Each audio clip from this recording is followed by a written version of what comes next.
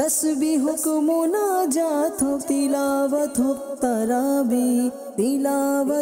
तराबी मशगूल इबादत शकल मोमिन मुसलमान मशगूल इबादत शकल मोमिन मुसलमान। अल्हम्दुलिल्लाहि रब्बिल आलमीन अस्सलातु वस्सलामु अला सय्यिदिल मुरसलीन अम्मा बअद फअऊज़ु बिल्लाहि मिनश शैतानिर रजीम बिस्मिल्लाहिर रहमानिर रहीम अस्सलातु वस्सलामु अलैका या रसूलल्लाह व अला आलिका व अस्हाबिका या हबीबल्लाह अस्सलातु वस्सलामु अलैका या नबी अल्लाह व अला आलिका व अस्हाबिका या नूरल्लाह।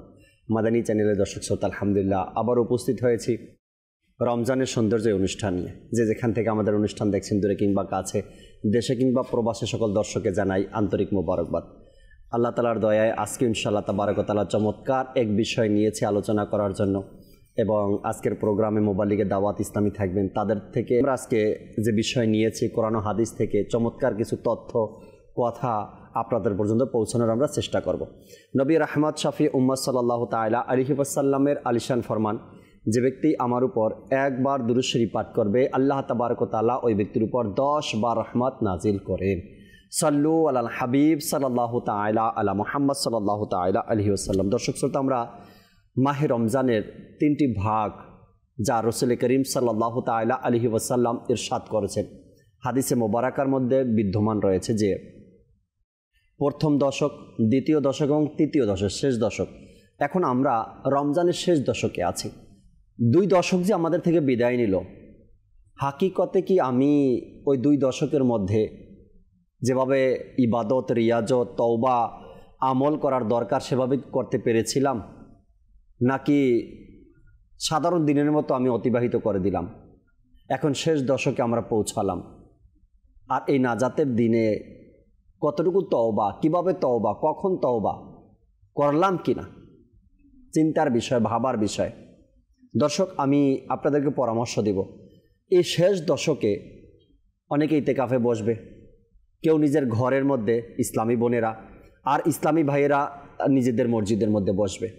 শেষ দশক এটাই সাহারা, শেষ দশক এটাই শেষ ভরসা, শেষ দশক রমজানের এটাই অর্জন করার একটা সময়। এখন আল্লাহ না করুক যদি নর্মাল দিনের মতো এই শেষ 10 দিনও আমার থেকে বিদায় নিয়ে চলে যায়, তবে আমার মতো দুর্ভাগা, আমার মতো হতাশ আর কেউ হবে না, কেউ থাকবে না। এই জন্য আমি বলবো, রমজানের শেষ দশকে আমরা পৌঁছে গিয়েছি। আজ ইনশাআল্লাহ তাআলা আলোচনা করার জন্য বিষয় আমরা নিয়েছি, যেহেতু শেষ দশকের কয়েকটি বেজোর রাতে আমাদেরকে কদরের রাত খোঁজার কথা বলা হয়েছে। কোন রাতগুলোকে কদর বলা হয়েছে, আর রাসূল করিম সাল্লাল্লাহু তাআলা আলাইহি ওয়াসাল্লাম কোন রাতে কদর খোঁজার জন্য উম্মতকে বলেছেন। হয়তো আমরা এর পূর্বেও মাদানী চ্যানেলে এই প্রোগ্রাম দেখেছি আমরা, আর এই প্রোগ্রামগুলোর মধ্যে আমাদেরকে মোবাল্লিগ জানিয়েছেন যে শেষ দশকের বেজোর রাত যে রয়েছে, সে বেজোর রাতে কদর খোঁজার কথা নবী করিম সাল্লাল্লাহু তাআলা আলাইহি ওয়াসাল্লামের ইরশাদে কারিমা এটা। আর আজকের বিষয় আমরা নিয়েছি শবে কদর। মোবাল্লিগে দাওয়াত ইসলামী আমাদের সাথে আছেন, থাকবেন তারা। শবে কদর নিয়ে আমরা ইনশাআল্লাহ তাবারক ওয়া তাআলা চমৎকার কিছু কথা, চমৎকার কিছু আলোচনা আপনাদেরকে শোনানোর চেষ্টা করব, যেন কদর খোঁজার যেভাবে নবী করিম সাল্লাল্লাহু তাআলা আলাইহি ওয়াসাল্লাম ইরশাদ করেছেন এবং কদরের মধ্যে যে ফজিলতের কথা বলা হয়েছে, এই ফজিলতগুলোও যেন আমরা পাই এবং এই ফজিলত অর্জনও যেন করতে পারি। আর লাইলাতুল কদরের যে মাহাত্ম্যের কথা হাদিসে পাকের মধ্যে রয়েছে, আল্লাহ চাই ইনশাআল্লাহ তাবারক ওয়া তাআলা তাও আমরা শুনব।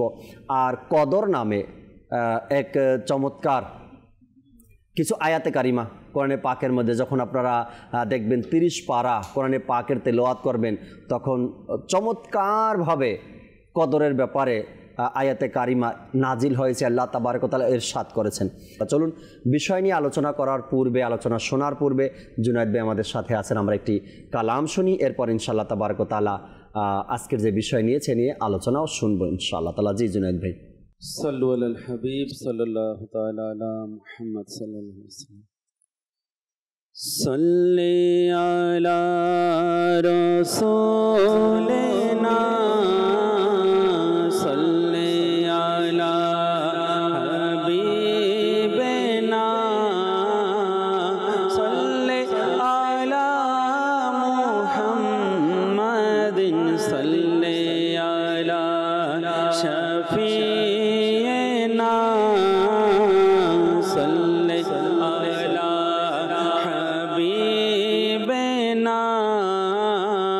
सल्ले अला मुहम्मदिन।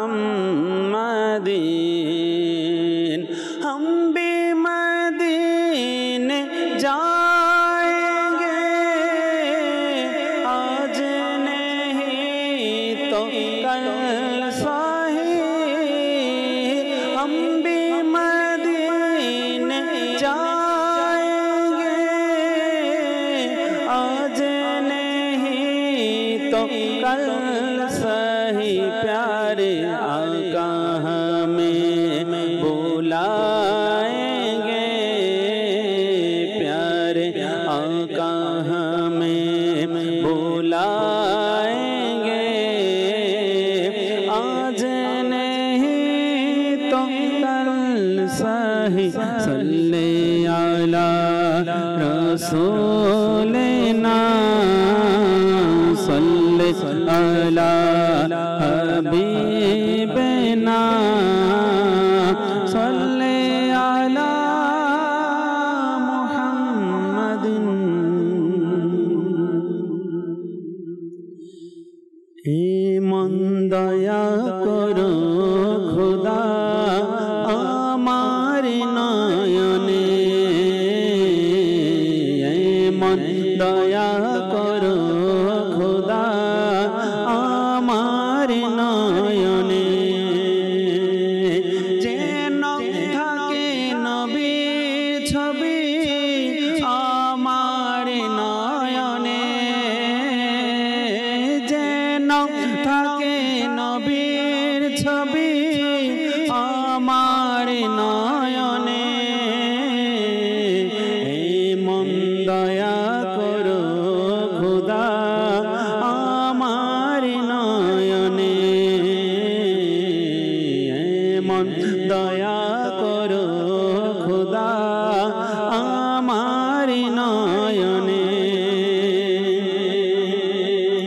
জ্যোতি এমন দাও খোদা আমার নয়নে, জ্যোতি এমন দাও খোদা আমার নয়নে। যেন থাকে নবীর ছবি আমার নয়নে, যেন থাকে নবীর ছবি আমার নয়নে। দয়া করো খোদা এমন আমার নয়নে। ফেরেশতারা বলে আমায় বলো তুমি কার উম্মত। ফেরেশতারা বলে আমায় বলো তুমি কার উম্মত। প্রিয় নবীর ছবি দেখো আমার নয়নে, প্রিয় নবীর ছবি দেখো আমার নয়নে। ও গো নবী তোমার বিরহে আমি দিশে হারা, ও গো নবী তোমার বিরহে আমি দিশে হারা। তোমার ধ্যানে আসে অশ্রু আমার নয়নে। দয়া করো খোদা এমন আমার নয়নে। প্রিয় নবীর পদধূলি যদি আমার মিলে, প্রিয় নবীর পদধূলি যদি আমার মিলে, লাগা বসুর মা বানিয়ে আমার নয়নে, লাগা বসুর মা বানিয়ে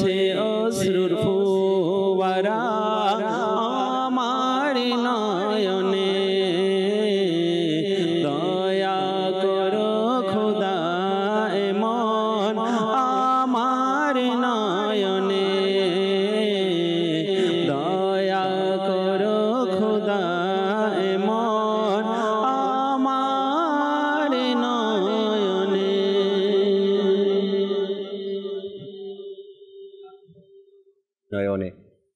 আল্লাহ তাআলা যদি দয়া করে এই নয়নের প্রতি, তবে নবী করিম সাল্লাল্লাহু তাআলা আলাইহি ওয়াসাল্লাম প্রেম আর ভালোবাসায় এই নয়ন থেকে অশ্রু ঝরানো এবং এই চোখ দিয়ে যা দেখতে চায়, যা দেখার জন্য বেকুল হয়ে থাকে, সেটা হবে সোনার মদিনা।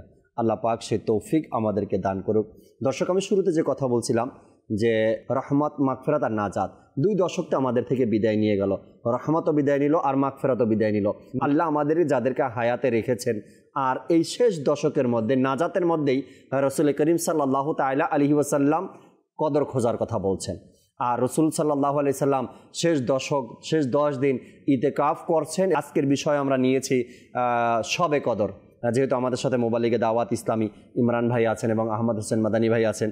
আহমদ হোসেন মাদানী ভাই আজকের বিষয় শবে কদর। এ নিয়ে কোরআন ও হাদিস এর মধ্যে কি আলোচনা এসেছে, আমাদের কি করণীয়, কদর আমরা কোন কোন রাতে খুঁজতে পারি, এবং কোরআনে পাকের মধ্যে কদরের ফজিলত সম্পর্কে কি এসেছে, এ নিয়ে যদি কিছু বলতেন।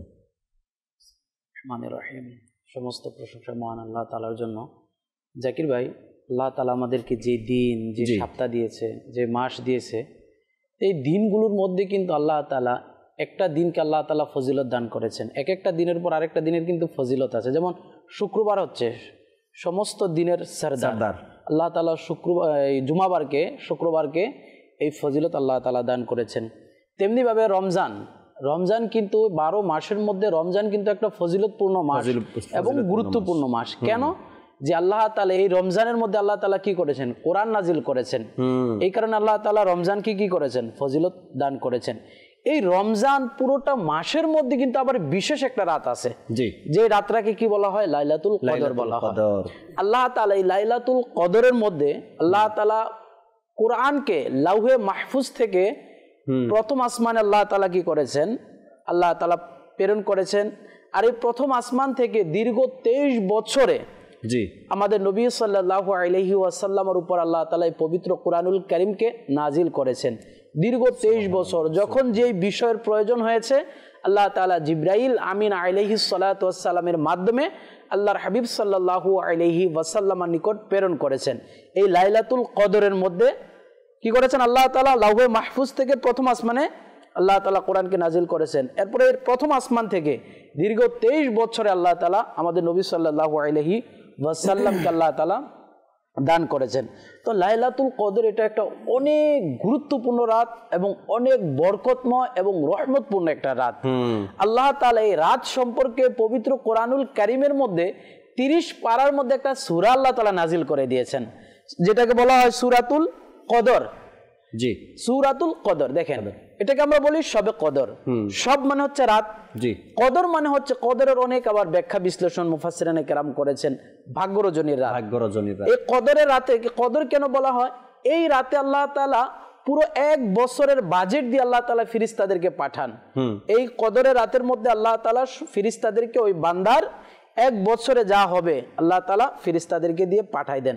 এই কারণে এটাকে কদর বলা হয়।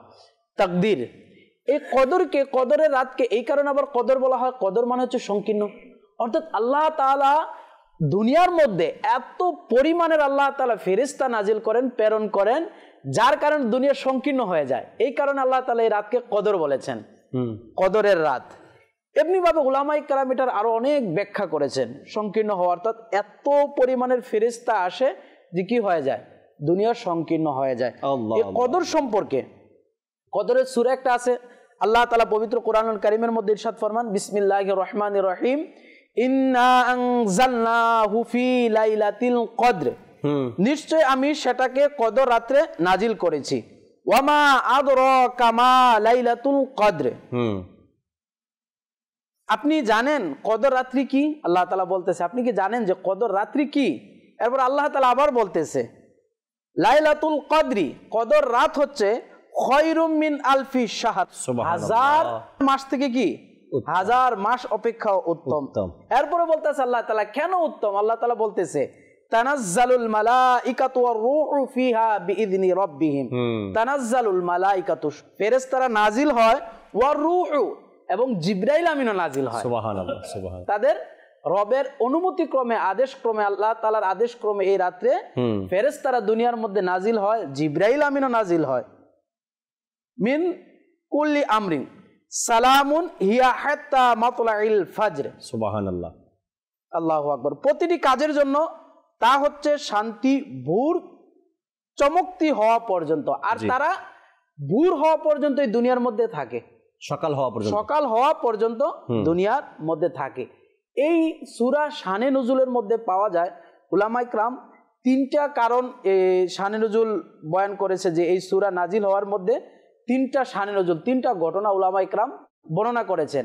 একটা হচ্ছে যে একজন বাদশা ছিল, যখন বাদশা খুব নেককার বাদশা ছিল, তো ওই যুগের নবীর কাছে আল্লাহ তাআলা ওহী প্রেরণ করলেন যে আপনি এই বাদশাকে বলুন সে কি চায়, যা চায় আমি তাকে তা দান করব। তখন বাদশা বললেন যে আল্লাহ আমাকে এমন কিছু দাও যেন আমি তোমার দ্বীনের জন্য খিদমত করতে পারি বা দ্বীনের কাজ করতে পারি। তখন আল্লাহ তাআলা ওনাকে 1000 সন্তান দান করলেন। আল্লাহু আকবার, আল্লাহু আকবার। বাদশা নেককার ছিল, বাদশা তার সন্তানদেরকেও নেকির দ্বীনের কাজের মধ্যে লালন পালন করলেন এবং এক একজন করে করে আল্লাহর রাস্তার জন্য শহীদ করে দিলেন। প্রত্যেক মাসে একজন কি করতেন, এই যুদ্ধের জন্য তৈরি করতেন, যুদ্ধের পোশাক পরাতেন এবং আল্লাহর রাস্তায় জিহাদ করতে বলতেন। তো ওই বাদশার সন্তান, নেককার বাদশার সন্তান একজন যাইতো, 1 মাস জিহাদ করতো, ধর্মীয় যুদ্ধে অংশগ্রহণ করতো, বিধর্মীদের সাথে যুদ্ধ করতে করতে মাস শেষে কি করতেন, শহীদ হয়ে যেতেন। এরপরে বাদশাহ আবার আরেকজনকে প্রেরণ করতেন। এভাবে বাদশাহ 1000 সন্তানের পিতা ছিল, আর 1000 সন্তানকে আল্লাহর রাস্তার মধ্যে দ্বীনের জন্য শহীদ করে দিলেন। সর্বশেষ বাদশাহ নিজে কি করলেন, ওই যুদ্ধের পোশাক পরলেন এবং যুদ্ধের জন্য প্রস্তুতি নিলেন এবং যুদ্ধ করতে করতে শহীদ হয়ে গেলেন। এই সূরা নাজিলের প্রেক্ষাপটে পাওয়া যায় যখন এই আলোচনাগুলো সাহাবায়ে কেরাম শুনেছেন। আবার কেউ কেউ বলতেছে যে সামউন নামে একজন নেককার আল্লাহর ওলি ছিল, ওই সামউন রাহমাতুল্লাহি তাআলার ঘটনা যখন সাহাবায়ে কেরাম শুনলেন, তখন উনাদের মনের মধ্যে প্রশ্ন জাগলো, ইয়া রাসূলুল্লাহ সাল্লাল্লাহু আলাইহি ওয়াসাল্লাম, আমরা তো এত লম্বা হায়াত পাবো না, আমরা এত ভালো ভালো নেক কাজও করতে পারবো না। তখন আল্লাহর হাবিব কষ্ট পেলেন মনের মধ্যে, কারণ আমাদের নবী হচ্ছে উম্মতের দুঃখী, উম্মতের দরুদি নবী। তখন আল্লাহর হাবিব সাল্লাল্লাহু আলাইহি ওয়াসাল্লাম মনের মধ্যে একটু দুঃখ পেলেন, কষ্ট পেলেন যে আমার উম্মত তো হায়াত পাবে কম, তাদের জিন্দেগিটা হবে কম, বয়স হবে কম, তারা তো এত বড় বড় কাজ করতে পারবে না। এমন 1000 সন্তান এবং প্রত্যেকটা সন্তানকে দ্বীনের জন্য উৎসর্গ করে দেওয়া এবং 1000 বছর ইবাদত করা, এটা তো আমার উম্মতের সুযোগ হবে না, হায়াত কম পাবে তারা। তখন আল্লাহ তাআলা তো আমার রাসূলের সব সময় খুশি চান, রেজামন্দি চান। আল্লাহ তাআলা সাথে সাথে সূরা কদর দিয়ে জিবরাইল আমিনকে পাঠিয়ে দিলেন। রাসূল সাল্লাল্লাহু আলাইহি ওয়াসাল্লামের কাছে জিবরাইল আমিন এই সূরা কদর নিয়ে আসলেন। সুবহানাল্লাহ। তো দেখেন আল্লাহ তাআলা আমাদেরকে কত মহব্বত করে, কত ভালোবাসে। আমাদের রাসূল সাল্লাল্লাহু আলাইহি ওয়াসাল্লামের ওসিলায়, রাসূলের ওসিলায় আমরা কত নিয়ামত আমরা পেয়েছি, অসংখ্য এমন এমন নিয়ামত পেয়েছি জাকির ভাই, যেগুলো অন্যান্য নবীর উম্মতরা পায় নাই। যেমন এই যে কদরের রাত, এটা এমন একটা নিয়ামত আমার নবীকে দেওয়া হয়েছে, আমার নবীকে দেওয়া হয়েছে। কোরআন, এটা এমন একটা নিয়ামত যেটা অন্য নবীরা পায় নাই। এবং আমাদের নবীর উম্মত হওয়া, এটাও এমন একটা নিয়ামত যা অন্যান্য নবীর উম্মতরা হতে পায় নাই। তো আমাদের নবীর ওসিলায় আল্লাহ তাআলা আমাদেরকে এরকম অসংখ্য নিয়ামত দান করেছেন। যে নবীকে আল্লাহ তাবারক ওয়া তাআলা সকল নবীদের শ্রেষ্ঠ করে পাঠিয়েছেন, যে উম্মতকে আল্লাহ তাবারক ওয়া তাআলা সকল নবীর উম্মতের শ্রেষ্ঠ করে পাঠিয়েছেন, সেই শ্রেষ্ঠ উম্মতের ইমরান ভাই আমলগুলো কেমন হওয়া দরকার? শ্রেষ্ঠ হওয়াই দরকার, তাই না? যে আমাদেরকে আল্লাহ তাবারক ওয়া তাআলা শ্রেষ্ঠত্ব দান করেছেন আমার নবীর সাদকায়। আর কাল কিয়ামতের ময়দানে যদি এমন হয় যে হুজুর সাল্লাল্লাহু আলাইহি সাল্লামের সামনে তার শ্রেষ্ঠ উম্মতের, অর্থাৎ সকল নবীদের উম্মতের তুলনায় আমরা শ্রেষ্ঠ, তাই না? নবী শ্রেষ্ঠ তো নবীর উম্মতও শ্রেষ্ঠ। সেখানে যদি আমার গুনাহের কারণে, আমার বদ আমলের কারণে নবী করিম সাল্লাল্লাহু আলাইহি সাল্লামের সামনে আমার আমল নামাকে খোলা হয়, ওপেন করা হয়, আর সেখানে যদি দেখা হয় অন্য অন্য নবীর উম্মতরাও কিন্তু আমার আমল নামা দেখবে, তারাও সেখানে থাকবে এবং দেখবে এখানে যে আমার আমল নামার এই অবস্থা। তো এই জন্য নবী করিম সাল্লাল্লাহু তাআলা আলাইহি ওয়াসাল্লামের সদকায় আমরা যে সম্মান, ইজ্জত, কদর আমরা পেয়েছি, আমাদের উচিত সেই সম্মান রাখা এবং সেই মোতাবেকই আমাদেরকে আমল আর ইবাদত করা। ইমরান ভাই আমাদের সাথে আছেন, কিছু আলোচনা ইমরান ভাই থেকেও শুনি, এরপর দর্শক আপনাদের কলের দিকে আসবে ইনশাআল্লাহ তাআলা। জি ইমরান ভাই। আমাদের আহমদ হোসেন ভাই হযরতে শামউন রাহমাতুল্লাহি তাআলা আলাইহির ঘটনা থেকে একটু টাচ দিলেন। জি। এখানে এই ঘটনাতে সাহাবা একরামের ইবাদতের আগ্রহ এবং নেকির যে লোভ, রমাদানুল মুবারক এটা আল্লাহ তাআলার পক্ষ থেকে এক বড় ইবাদতের মাস। শামুন রহমতুল্লাহ তাআলা আলাইহি তিনি আপনার কমবেশ আপনার 1000 মাস পর্যন্ত তিনি কি করেছেন, তিনি দিনে যুদ্ধ করতেন এবং রাতে তিনি ইবাদত করতেন। তাই পরে যখন সাহাবা ইকরাম যখন শামুন রহমতুল্লাহ তাআলা এই ঘটনা শুনলেন, নবী পাক সাল্লাল্লাহু আলাইহি ওয়াসাল্লামের কাছে বললেন, ইয়া রাসূলুল্লাহ, আমাদের তো হায়াত কম, অল্প অল্প, এর মধ্যে কিছু সময় চলে যায় আমাদের খাবারে, কিছু রান্নায়, আরামে। তাই বনি ইসরাইল ইবাদত তো আমাদের থেকে এগিয়ে যাচ্ছে। দেখেন সাহাবা ইকরামের চিন্তা এবং চেতনা হচ্ছে যে বনি ইসরাইল যাতে আমাদের থেকেও ইবাদতে এগিয়ে না যায়, ওই জিনিসটা নিয়ে নবী করিম সাল্লাল্লাহু আলাইহি ওয়াসাল্লামের কাছে হাজির হলেন। যে সম্পদ বাড়ার জন্য না, দৌলতকে বাড়ানোর জন্য না, ইবাদতকে বাড়ানোর জন্য, নেকিকে বাড়ানোর উদ্দেশ্যে যখন গেলেন, তো হুজুর সাল্লাল্লাহু তাআলা আলাইহি ওয়াসাল্লাম অন্তরে একটু মানে চিন্তার ভাব নিয়ে আসলেন, যেটা আমরা আহমদ হাসান ভাই থেকে শুনলাম। জিবরাইল আমিন আলাইহিস সালাতু ওয়াস সালাম আগমন করলেন, সূরা কদর নিয়ে হাজির হলেন যে আপনি দুঃখিত হবেন না, আল্লাহ তাবারক ওয়া তাআলা আপনার উম্মতকে যে পুরস্কার রেখেছেন এমন একটি রাত, লাইলাতুল কদর, কম কিন্তু আমল হবে অনেক অনেক বেশি। আমি বলার যে এই ঘটনা থেকে আমাদের জন্য যেটা শিক্ষা, আমাদের জন্য যে মেসেজ, যে আমরা যে সাহাবা একরামকে আমরা ভালোবাসি, রাসূল করিম সাল্লাল্লাহু আলাইহি ওয়াসাল্লামের উম্মতের সবচেয়ে শ্রেষ্ঠ মানুষ যারা, তারা হচ্ছে সাহাবা একরাম। নেকির যে তাদের মাঝে লোভ। এক সাহাবী রাসূল নবীর কাছে আসলেন, তিনি ছিলেন আপনার আনসারী সাহাবীদের মধ্যে একজন এবং দরিদ্র সাহাবী। এসে বলতে লাগলেন, ইয়া রাসূলুল্লাহ, আমি ওই সকল দরিদ্র আনসারী সাহাবীদের পক্ষ থেকে আপনার কাছে হাজির হয়েছি। এখনও কিছু বলেন নাই, শুধু দরিদ্র শব্দ শোনার সাথে সাথে নবী পাক সাল্লাল্লাহু আলাইহি ওয়াসাল্লাম ফরমান যে তোমাকে এবং যারা তোমাকে পাঠিয়েছে তাদেরকে মোবারকবাদ। অতঃপর সে সাহাবী রাসূল বলতে লাগলেন, ইয়া রাসূলুল্লাহ, ইয়া হাবিব আল্লাহ, আমরা দরিদ্র হওয়ার কারণে ওই সকল সাহাবা একরাম যারা বেশি পরিমাণে গোলাম আজাদ করে অথবা বেশি পরিমাণে আল্লাহ পাকের রাস্তায় কী করে, সাদকা করে, কিন্তু অর্থ না থাকার কারণে, সম্পদ না থাকার কারণে সেটা আমাদের দ্বারা সম্ভব হচ্ছে না, তখন ওই সাহাবা একরাম নেকিতে আমাদের থেকে এগিয়ে যাচ্ছে। দেখেন, তখন নবী করিম সাল্লাল্লাহু তাআলা আলাইহি ওয়াসাল্লাম সৎ ফরমান, যাও তাদেরকে গিয়ে, যারা পাঠিয়েছে তাদের গিয়ে সুসংবাদ দাও, যারা প্রত্যেক 5 ওয়াক্ত নামাজের পরে 33 বার সুবহানাল্লাহ, 33 বার আলহামদুলিল্লাহ, 34 বার আল্লাহু আকবার পাঠ করবে, তা আল্লাহ তাআলা এই সাহাবা একরামদেরকে ওই সাহাবীদের মর্যাদা দিবে যারা বেশি পরিমাণে আল্লাহর রাস্তায় সদকা করে। এখানে জাকির ভাই, আমি যে এই যে হাদিসে মোবারকাও এখানে কেন নিয়ে আসলাম, আমার বলার উদ্দেশ্য হচ্ছে যে সাহাবা একরাম তারাও দেখতে আমাদের মতো মানুষ ছিল। সাহাবা একরামও ব্যবসা করতেন, ওনাদেরও সংসার, ওনাদেরও সব কিছু ছিল, তারপরও উম্মতের শ্রেষ্ঠ মানুষ তারা কেন? আমরা এতটুকু ডিফারেন্স আমরা করি যে তাদের মাঝে ছিল আখিরাতের লোভ আর আমাদের মাঝে হচ্ছে দুনিয়ার লোভ।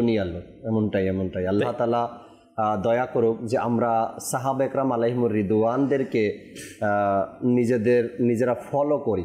এই দাবিদার তো আমরা সাহাবা একরামকে ভালোবাসি, কিন্তু তাদের যেই চিন্তাভাবনা ছিল, তাদের যেই ইচ্ছাগুলো ছিল, আমাদের সাথে মিল আছে কিনা, আমরা কি তাদের মতন হতে পারলাম কিনা, বা তাদের মতো হওয়া বলতে এখানে তাদের যে আশা আকাঙ্ক্ষা ছিল আমরা কি তেমন হতে পারলাম কিনা, বা তেমন আমাদের আশা আকাঙ্ক্ষাগুলো হয় কিনা।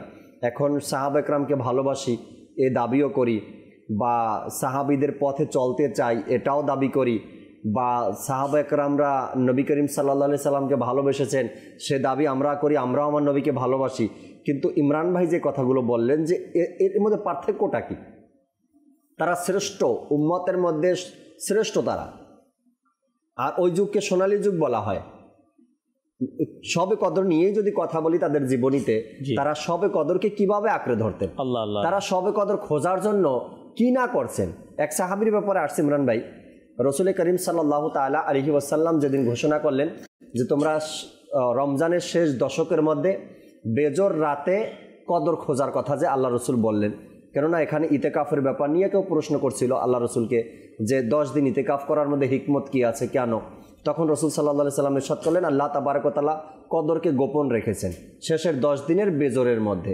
তো এই যখন কোনো এক সাহাবী এই কথা শুনলেন, আল্লাহ রসুল বলেছেন যে শেষের 10 দিনের বেজর রাতে কদর, ওই আল্লাহ রসুল বলছেন বেজর রাতের কথা, ওই সাহাবী শেষের 10 দিনের কোনো রাত ঘুমানি নেই, প্রত্যেক রাতে ইবাদত করছেন, জানি না আজকেও হয়ে যেতে পারে।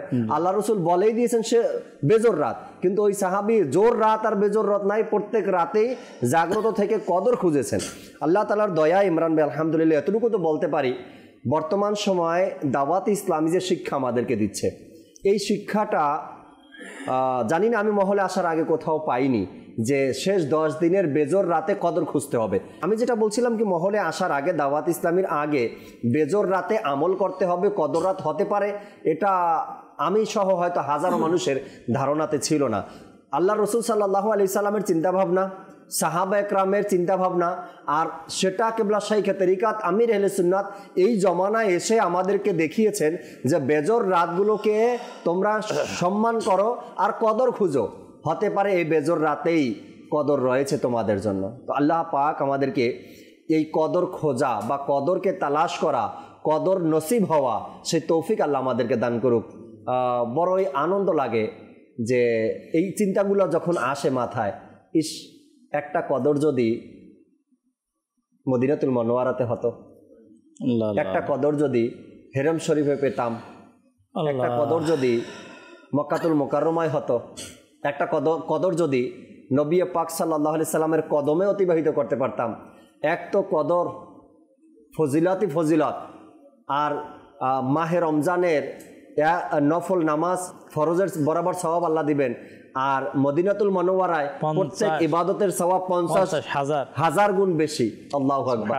তো এই লোভ যদি আমাদের মধ্যে চলে আসে না, ইমরান ভাই যেটা বললেন না, সাহাবা একরাম আর আমাদের মধ্যে পার্থক্য একটাই, তাদের মধ্যে ছিল নেকির লোভ। সাহাবা একরাম হাদিসে পাকের মধ্যে আসছে যখন মাহে শাবান বিদায় হতো, জি, রমাদানুল মুবারকে চাঁদ উদিত হওয়ার সাথে সাথে সাহাবা একরাম কয়েকটা কাজ করতেন।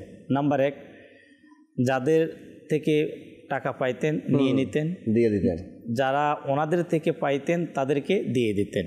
সুবহানাল্লাহ। আচ্ছা, তখনকার যদি কোনো কয়েদি যদি থাকতো, কয়েদিদেরকে আপনার মুক্ত করে দেওয়া হতো, এবং সাহাবায়ে কেরামের মধ্যে অধিকাংশ রমাদানুল মুবারকের চাঁদ উদিত হওয়ার সাথে সাথে আল্লাহ পাকের ঘর মসজিদে বসে যেতেন। দেখেন সুবহানাল্লাহ, আপনার সাহাবায়ে কেরাম রমজান এর চাঁদ উদিত হওয়ার সাথে সাথে পুরো আখিরাতের ব্যবসার জন্য পুরো প্রস্তুত, পুরা কি মানে পুরা 100 মানে ইবাদতের জন্য, তেলাওয়াতের জন্য, নেকির জন্য, মানে ইতিকাফের জন্য প্রস্তুত। আমি কিসের জন্য প্রস্তুত? আজকে যদি আমাদের কন্ডিশন আমরা দেখি, আপনি কাউকে বলতে হবে না, জাকির ভাই আমি কাউকে বলো না, কেউ আমাকে বলতে হবে না, আপনি সাহাবায়ে কেরামকে দেখেন আর আপনি আপনার পরিস্থিতি দেখেন, আপনার অবস্থা আপনি দেখেন, আপনার হিসাব নিকাশ আপনার জন্য যথেষ্ট, নিজেরটা নিজেই ভালো জানি।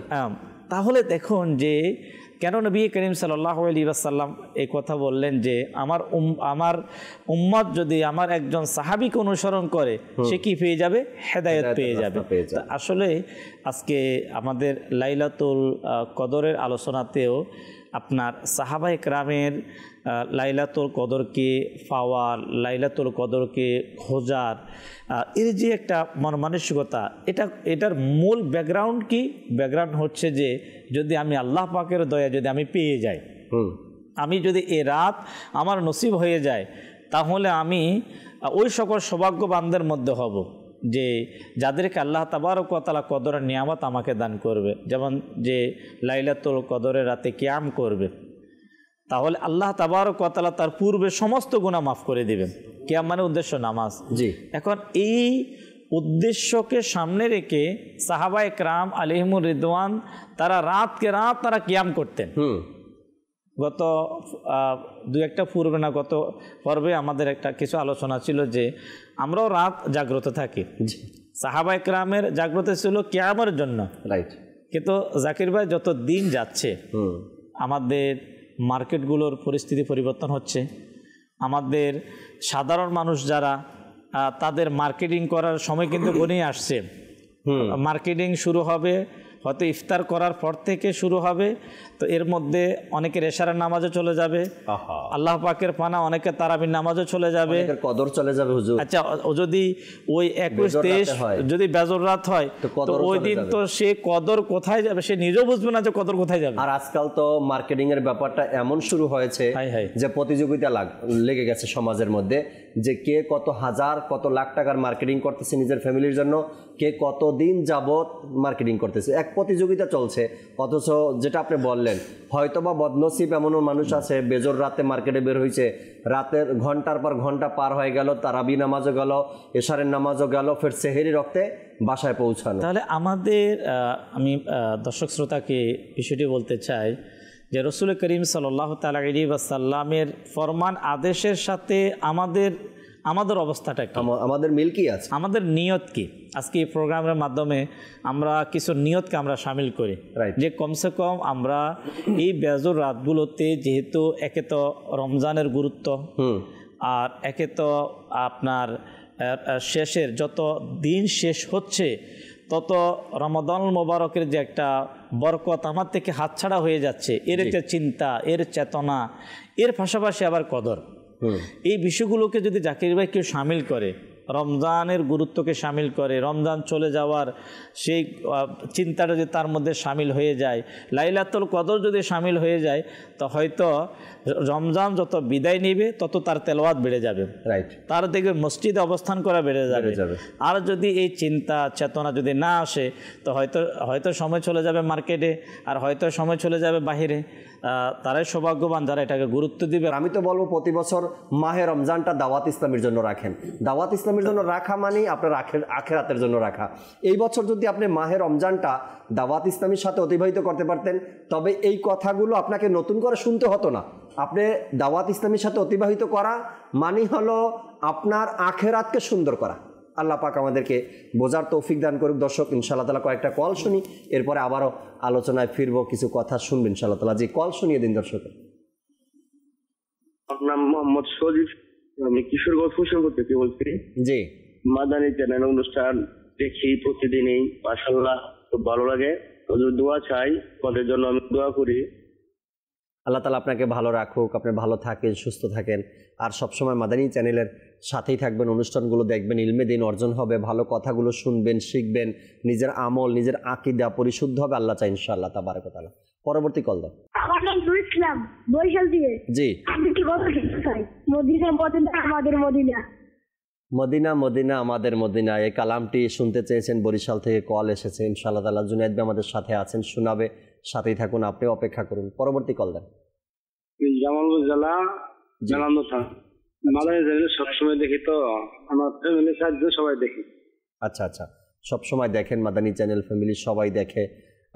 দাওয়াত দেন আশেপাশে যারা আছে, আশেপাশে যারা মানুষজন আছে তাদেরকেও, আত্মীয় স্বজন যারা আছে তাদেরকেও দাওয়াত দেন, তারাও মাদানী চ্যানেল দেখবে। যেভাবে করে আপনার ভালো লাগে, কেন ভালো লাগে, আপনি এখান থেকে ইলমে দিন শিখতে পারেন, কোরআন ও হাদিসের আলোচনা শুনতে পারেন, এই কারণে আপনার কাছে ভালো লাগে।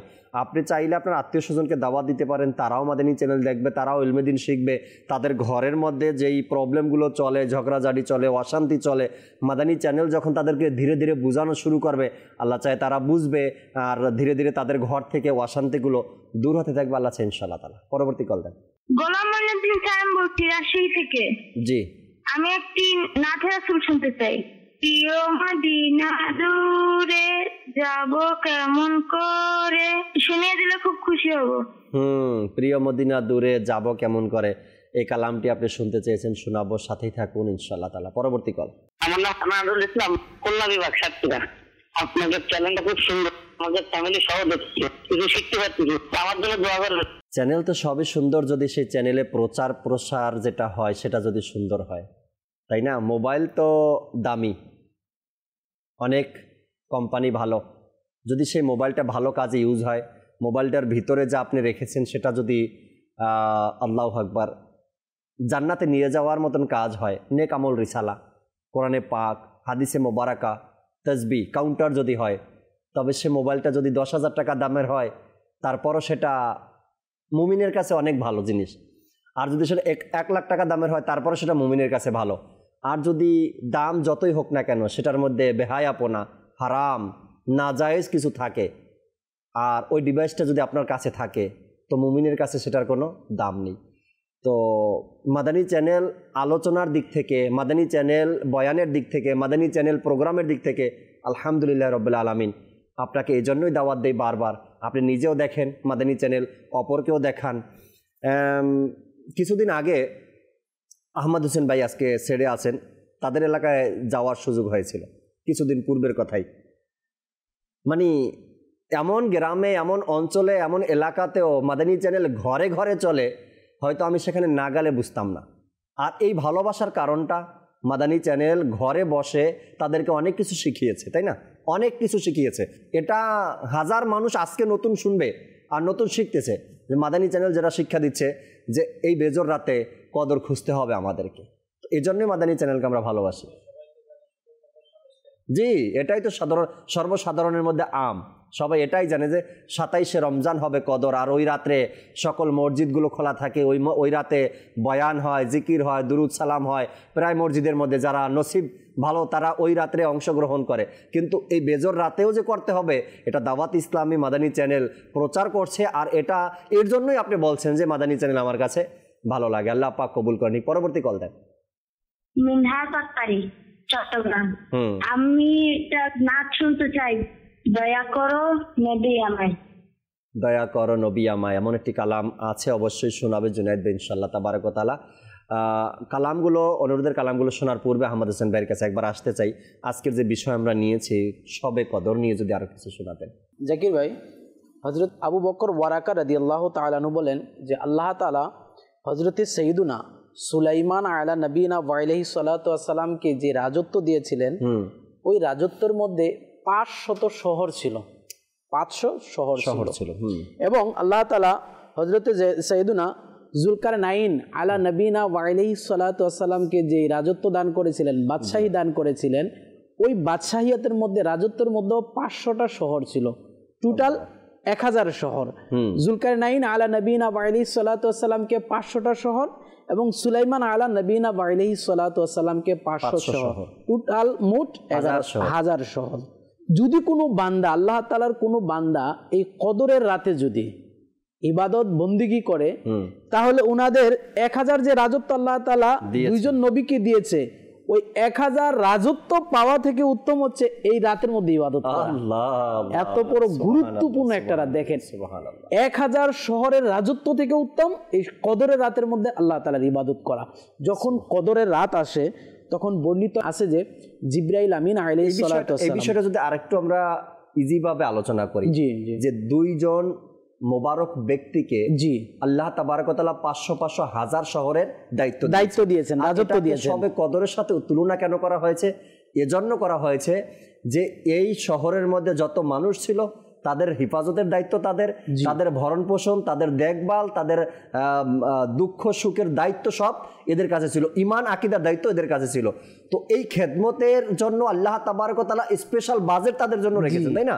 যে তারা এত সম্মান পাবে, এত মর্যাদা পাবে, এত তাদের ইজ্জত হবে, আল্লাহ তো ইজ্জত তাদেরকে দিবেন। তো এই জন্যই আল্লাহ তাবারক ওয়া তাআলা ওই 1000 শহরের যে মর্যাদা দায়িত্ব আছেন তার চাইতে উত্তম বলেছেন শুধু কদরের রাতে। যখন কদরের রাত আসে তখন জিবরাইল আমিন আলাইহিস সালাতু ওয়াস সালাম সিদরাতুল মুনতাহা থেকে একদল ফেরেশতা নিয়ে দুনিয়ার মধ্যে আগমন করেন। আর উনাদের কাছে 4টা পতাকা থাকে। একটা পতাকা রাসূল সাল্লাল্লাহু আলাইহি সাল্লামের রওজা মুবারকের উপরে, আরেকটা বাইতুল মুকাদ্দাসের উপরে, আরেকটা কাবাতুল্লাহর উপরে, আরেকটা হচ্ছে এই তুর পাহাড়, তুরে সিনার উপরে গেড়ে দেন। এবং ফেরেশতারা প্রত্যেক মুসলমান এবং মুমিনদের ঘরে ঘরে যান এবং তাদেরকে সালাম দেন, তাদের সাথে কি করেন? মুসাফা করেন। আর এই কাজটা ফজর পর্যন্ত জারি থাকে। ফেরেশতারা ওই ঘরে যায় না যে ঘরের মধ্যে মদ পান করে, অথবা সুদখোর, অথবা আত্মীয়তার সম্পর্ক ছিন্নকারী, এই ঘরের মধ্যে ফেরেশতারা যায় না। তো দেখেন বালা, আল্লাহ তাআলা আল্লাহর মাসুম ফেরেশতাদেরকে দুনিয়ার মধ্যে রাত্রে প্রেরণ করে, আর ফেরেশতারা মানুষের ঘরে ঘরে যায়, মুমিনদের ঘরে ঘরে যায়, ওনাদেরকে সালাম করে, ওনাদের সাথে মুসাফা করে, ওনাদের জন্য দোয়া করে। সুবহানাল্লাহ। এই ঘটনা থেকে আমরা কয়েকটা বিষয় জাকির ভাই জানতে পারি। একটা হচ্ছে যে আল্লাহ মাফ করুক, যারা মদখুর, যারা মদ পান করে, তারা এই রাতের, এই সৌভাগ্যপূর্ণ রাতের মধ্যে তারা বঞ্চিত। আচ্ছা, মাগফিরাতের ব্যাপারও তো এসেছে যে আল্লাহ তাআলা তাদেরকে ক্ষমা করবেন, তাদের মধ্যে এক মানুষ হলো এটা যারা মদ্য পায় তাদেরকে আল্লাহ মাফ করবেন না। এরকম আবার অনেক আছে যে আল্লাহ তাআলার রহমতের দৃষ্টিও পায় না এরা। তো দেখেন বালা, যারা মদ পান করে এদের আসলে তওবা করা উচিত। এটা জঘন্যতম একটা কাজ, আল্লাহ তাআলা এটাকে হারাম করে দিয়েছেন, আল্লাহর হাবিব সাল্লাল্লাহু আলাইহি ওয়াসাল্লাম এটাকে হারাম করে দিয়েছে। অথচ মুসলমানদের মধ্যে অনেক বড় একটা সংখ্যা আজকে এই নেশার মধ্যে, এই খারাপ কাজের মধ্যে লিপ্ত। তারপরে আল্লাহ তাআলা হেফাজত দান করে। এই যে আত্মীয়তার সম্পর্ক ছিন্ন করে, এটা তো আমাদের মাদানী চ্যানেলের মধ্যে প্রায় সময় হয়ে থাকে। আত্মীয়তার সম্পর্ক ছিন্ন যাতে না করি আমরা, আত্মীয়তার সম্পর্ক যেন আমরা বজায় রাখি। এই যে আরেকটা বিষয় যে দেখেন, একটা মুবারক রাত, এই রাতের গুরুত্বটা কতটুকু যে জিবরাইল আমিন পতাকা নিয়ে আসে। সুবহানাল্লাহ। তাহলে এই রাতটা হচ্ছে আমাদের জন্য নিয়ামত, আমাদের জন্য রহমত, আমাদের জন্য বরকত। এই বরকতের মধ্যে জিবরাইল আমিন আসে, সাথে সাথে ফেরেশতারাও আসে, সাথে সাথে পতাকাও নিয়ে আসে। আলহামদুলিল্লাহ, রাসূল সাল্লাল্লাহু আলাইহি ওয়াসাল্লাম হচ্ছে সমস্ত নিয়ামতেরও নিয়ামত, সমস্ত রহমতেরও রহমত রাসূল। আর রাসূল যেই দিন আসছে ওই দিন তো পতাকা উড়ানো, এটা আমাদের আলহামদুলিল্লাহ আশিকে রাসূল যারা, আমরা আশিকে রাসূল যারা, আমাদের জন্য একটা খুশির সংবাদ। এমনকি এটা একটা দলিল হয়ে গেছে যে কদরের রাতে যদি জিবরাইল আমিন যদি পতাকা নিয়ে আসতে পারে, পতাকা যদি সবুজ পতাকা যদি উত্তোলন করতে পারে, সবকিছু যার উসিলায় আমরা পেয়েছি, সবে কদর একটা নিয়ামত, একটা রহমত। এই কারণে জিবরাইল আমিন পতাকা নিয়ে আসছে। আর আমার রাসূল সাল্লাল্লাহু আলাইহি ওয়াসাল্লাম তো হচ্ছে সমস্ত নিয়ামতেরও নিয়ামত, সমস্ত কুল কায়নাতেরও নিয়ামত, সমস্ত দুনিয়ার জন্য, জগতের জন্য রহমত। তো রাসূল যেই দিন আসছে ওই দিনটা তো আমাদের কত খুশি উদযাপন করা। এমনি ভাবে এই জিবরাইল আলাইহিস সালামের সুন্নতের উপরে আমল করা, সুন্নতের উপর আমলও হয়ে যাচ্ছে আলহামদুলিল্লাহ। কিতাবের মধ্যে এটাও আছে, যেদিন রাসূল সাল্লাল্লাহু আলাইহি ওয়াসাল্লাম দুনিয়ায় তাশরিফ নিয়ে এসেছিলেন, জিবরাইল আমিন পতাকা নিয়ে এসেছিলেন এবং কোথায় বাইতুল্লাহ শরীফের মধ্যে পতাকা লাগিয়ে দিয়েছিলেন। পূর্ব পাশে একটা এবং পশ্চিম পাশে একটা পতাকা লাগিয়ে দিয়েছেন। তো আলহামদুলিল্লাহ, যারা আশিকে রাসূল রয়েছে তারা এই পতাকা উত্তোলন করে, মানে কি জিবরাইল আমিন আলাইহিস সালাতু ওয়াস সালামের সুন্নতের উপর আমল করে। জি জি, যেখানে আরেকটা কথা বলবো, চমৎকার আপনি বলেছেন যে সবে কদরের রাতে জিবরাইল আমিন আলাইহিস সালাতু ওয়াস সালাম 4টা পতাকা নিয়ে আসেন। এর মধ্যে একটি পতাকা তিনি উত্তোলন করেন বাইতুল মুকাদ্দাসে। তো আল্লাহ তাবারক ওয়া তাআলা যে রাতেই হোক, ওই সবে কদরের রাত্রে জিবরাইল আলাইহিস সালাম আসবেন মুকাদ্দাসে পতাকা উত্তোলন করার জন্য বা সেখানে রাখার জন্য। আল্লাহ এই রাতের উসিলায়, সবে কদরের উসিলায় মুসলমানদের প্রথম কিবলা কাবা বাইতুল মুকাদ্দাসকে আল্লাহ তাআলা হিফাজত দান করুন। ইমরান ভাইয়ের কাছেও আসবো, সবে কদর নিয়ে আরো যদি কিছু শোনাতেন আমাদেরকে, এরপরে অনুরোধের কালামগুলো শুনবো। সবে কদর আল্লাহ পাকের দয়ায় সবে কদর তো আসবে, হয়তো আপনার হাদিস মুবারকার অনুযায়ী হয়তো 21 তারিখ, 23, 25, 27, 29 যে কোনো এক রাতে হবে। অথবা সবে কদর ওলামা কেরাম এটাও বলেছেন যে এই রাতগুলোতে হবে, এটাও জরুরি না, এটা অনেক সময় পুরো বছরের মধ্যে কোনো একটি কি রাতেও হতে পারে। কিন্তু হাদিসে মোবারকা থেকে অধিকাংশ বর্ণনাতে এটাই স্পষ্ট যে রমাদানুল মোবারকের শেষ 10-এর বেজর রাতগুলোতে হয়। কিন্তু যে এই যে কদর হবে এবং সবে কদরের আগমন হবে, কিন্তু যারা সৌভাগ্যবান হবে, যারা এর বারাকাত পাবে, এর আল্লাহ তাআলা পক্ষ থেকে রাতে ক্ষমা পাবে, অসংখ্য নেকি অর্জন করার সুযোগ হবে। কিন্তু যারা বঞ্চিত হবে, বঞ্চিত যে মানুষগুলা, এমন যাতে না হয় যে আমি বঞ্চিতদের মধ্যে আমি থেকে গেলাম, বঞ্চিতদের মধ্যে আমি আছি কিনা একবার চেক করা দরকার। তো এই হাদিসে পাকের মধ্যে শুআবুল ঈমানের মধ্যে এসেছে যে আল্লাহ তাআলা সকল বিশেষ করে আপনার বিশেষ দয়ার দৃষ্টি প্রদান করে এখন সমস্ত মানুষকে ক্ষমা করে দেন। এবং 4 ধরনের লোক ব্যতীত, কয় ধরনের লোক? 4 ধরনের লোক। সবে কদরের রাত্রেও যাদের মধ্যে এই বদ অভ্যাস থাকবে, কদর আসবে, রমজানও হবে, কিন্তু সে আল্লাহ তাআলার পক্ষ থেকে ক্ষমা পাবে না। নাম্বার 1 মদ্যপায়ী, নাম্বার 2 পিতামাতার অবাধ্য, নাম্বার 3 আত্মীয়তা সম্পর্কের ছিন্নকারী, আর নাম্বার 4 ওই সকল লোক যারা পরস্পর হিংসা করে। এখন এই যে আমরা জানি আমাদের প্রত্যেক এলাকাতে প্রত্যেক সমাজে কিন্তু এই শ্রেণীর মানুষগুলো আছে। যদি বলে নাই, তাহলে বাংলাদেশে যে সকল অপবিত্র পানি আসে এগুলো ক্রয় করে কারা? যেহেতু এটা ক্রয় বিক্রয় হচ্ছে, তাহলে আছে। আপনার অবাধ্য সন্তানের পরিস্থিতি এটাও আমাদের মাঝে আছে। বাড়ি আছে এমন যে বাড়িতে আজকে সন্তানদের মানে অবাধ্যতা নেই, বা কোন যন্ত্রণায় নেই, এরা নেই। এখন আমরা যারা আলহামদুলিল্লাহ রোজাও রাখার সৌভাগ্য হচ্ছে, অন্যদিকে আমরা কোরআন পাকের তেলাওয়াত, ইবাদত, জিকির, দোয়া এই কাজের সাথে আমরা মশগুল, অবশ্যই এটা অনেক বড় সৌভাগ্যের বিষয়, এটা অনেক বড় নেকির মাধ্যম। আমাকে দেখতে হবে যে রমাদানুল মোবারকের সবচাইতে শ্রেষ্ঠ উত্তম বিষয় হচ্ছে কদর। এখন আমি সব করলাম, ইবাদতও করলাম, আমি সব করার পরও আমি কদর থেকে বঞ্চিত রইলাম। কেন? আমার মা বাবা আমার উপর নারাজ। কেন? আমি আমার অসংখ্য আত্মীয়তার সাথে আমার সম্পর্ক ছিন্ন। কেন? আমার মধ্যে হাসাদ, হিংসা। এই বিষয়গুলো যে ইসলামের শিক্ষা, লাইলাতুল কদরের শিক্ষা, কদরের এই একটি বড় শিক্ষা হচ্ছে, যেমন রাসূল করিম সাল্লাল্লাহু আলাইহি ওয়াসাল্লাম বুখারী শরীফের এই হাদিসে মোবারকা যখন কোনো উলামা ইকরাম কদরকে নিয়ে আলোচনা যেখানে হয়, এই হাদিসটা বর্ণনা হয়। হাদিসে পাকের মধ্যে এসেছে প্রিয় নবী সাল্লাল্লাহু আলাইহি ওয়াসাল্লাম আপনার কদর সম্পর্কে সাহাবা ইকরামের সামনে উপস্থিত হলেন। তো দুই মুসলমান কি করলো? ঝগড়া শুরু করলো। এখন এই ঝগড়া যখন শুরু করা হলো, তখন ওই দিনে এর পূর্বে কদর নির্দিষ্ট সময়ে ছিল, নির্দিষ্ট দিনে ছিল, কিন্তু এরপর থেকে কিন্তু কদর গোপন হয়ে গেছে। গোপন কেন হলো? তাও নবী করিম সাল্লাল্লাহু তাআলা আলাইহি ওয়াসাল্লাম বললেন যে দুই মুসলমানের ঝগড়ার কারণে কি হলো? আল্লাহ তাবারক ওয়া তাআলা এই লাইলাতুল কদরকে কি এক প্রকার গোপন করে। এখন দেখুন যে রমাদানুল মুবারকের এক শিক্ষা এবং কদরের এক বড় শিক্ষা, কদরের রাতের এক শিক্ষা হচ্ছে যে মুসলমান সে যদি কদর নিয়ামত পেতে চায়, তাহলে তাকে ঝগড়া পরিহার করতে হবে। হিংসা ত্যাগ করতে হবে, ঝগড়া পরিহার করতে হবে, হিংসা পরিহার করতে হবে, আত্মীয়তার সম্পর্ক বিচ্ছিন্ন করা এটাও পরিহার করতে হবে, মা বাবার অবাধ্য হওয়া এটাও পরিহার করতে হবে, এবং হারাম বস্তু, নেশা, মদ্যপান থেকে তো অবশ্যই বিরত রাখতে হবে, বিরত থাকতে হবে। আজকের আলহামদুলিল্লাহ আমাদের যে লাইলাতুল কদরের যে আলোচনা, আমরা প্রায় ইবাদতমুখী, ইবাদত করতে কিন্তু আমরা ইচ্ছুক। আমাদের দাওয়াত ইসলামীর প্রধান মুফতি কাসিম দামাত বারকাতুহু আলিয়া, তিনি কোনো এক মাদানী চ্যানেলের প্রোগ্রামে খুবই গুরুত্বপূর্ণ এক কথা বললেন। সেটা হচ্ছে যে